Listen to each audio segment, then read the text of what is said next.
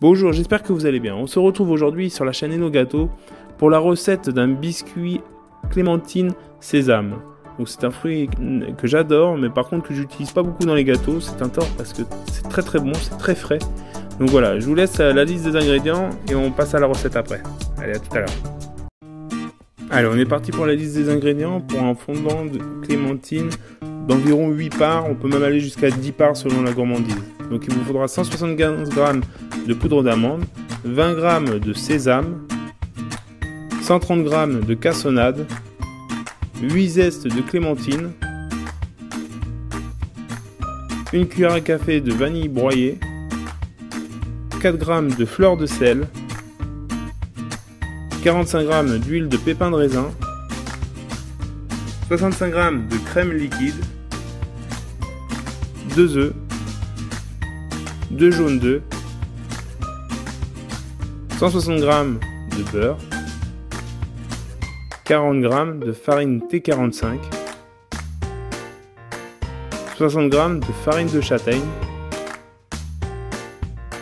7 g de levure chimique, 6 blancs d'œufs, soit environ 180 g, 9 g de beurre, ça c'est pour le moule, pour beurrer le moule, 25 g de sucre en perles et 16 g de sésame. Si la vidéo vous plaît, merci de me le dire en cliquant sur le pouce bleu et de vous abonner si ce n'est pas déjà fait. Allez, on passe à la recette. Donc pour la recette, là on va commencer par éplucher les clémentines.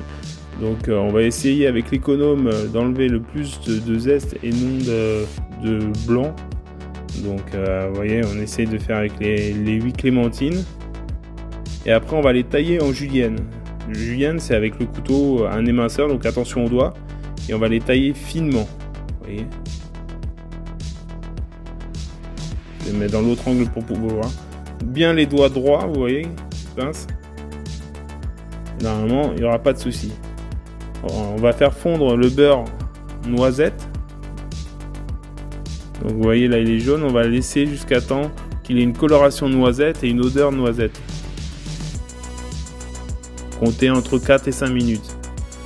Ensuite on va mélanger la poudre d'amande, les graines de sésame, la cassonade et la vanille broyée. Donc la vanille broyée vous pouvez la trouver à Zodio. La fleur de sel également. Pas à Zodio, mais il faut rajouter la fleur de sel. Et au fouet, on mélange le tout. Donc ça, c'est tout ce qui est sec. Ensuite, on rajoute les zestes de clémentine. Inutile de les blanchir, on les passe comme ça.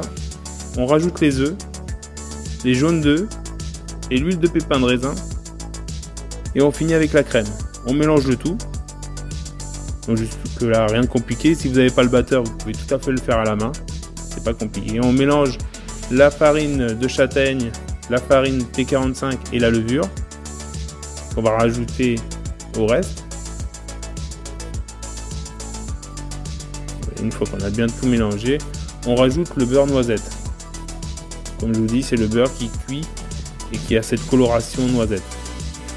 Ensuite, on va utiliser les 9 g que je vous ai dit dans la liste des ingrédients pour mouler le moule à gâteau. J'utilise du papier essuie-tout, mais après si vous avez de la bombe c'est un peu différent. Essayez quand même d'avoir du beurre pour mouler le moule. Ensuite on va rajouter les sésames et le sucre. On préchauffe le four à 170 degrés. Et ensuite on va monter les blancs, on va les mousser. Il ne faut pas qu'ils soient complètement montés, mais quand même un petit peu.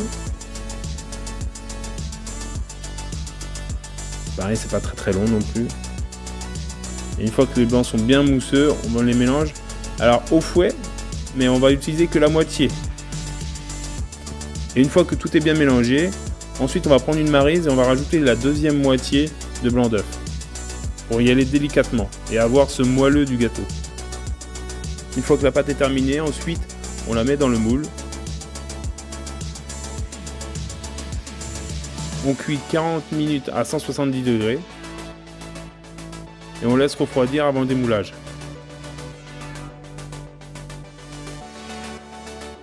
Et voilà, le gâteau est prêt. N'hésitez pas à me dire ce que vous en pensez. Allez, bon appétit!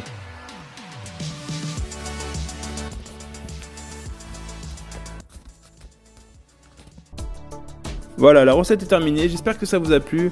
Vous pouvez voir qu'il n'y a rien de compliqué. Bon, c'est vrai que sur toutes les recettes, je le dis qu'il n'y a rien de compliqué. J'essaye de faire des recettes le plus simples possible.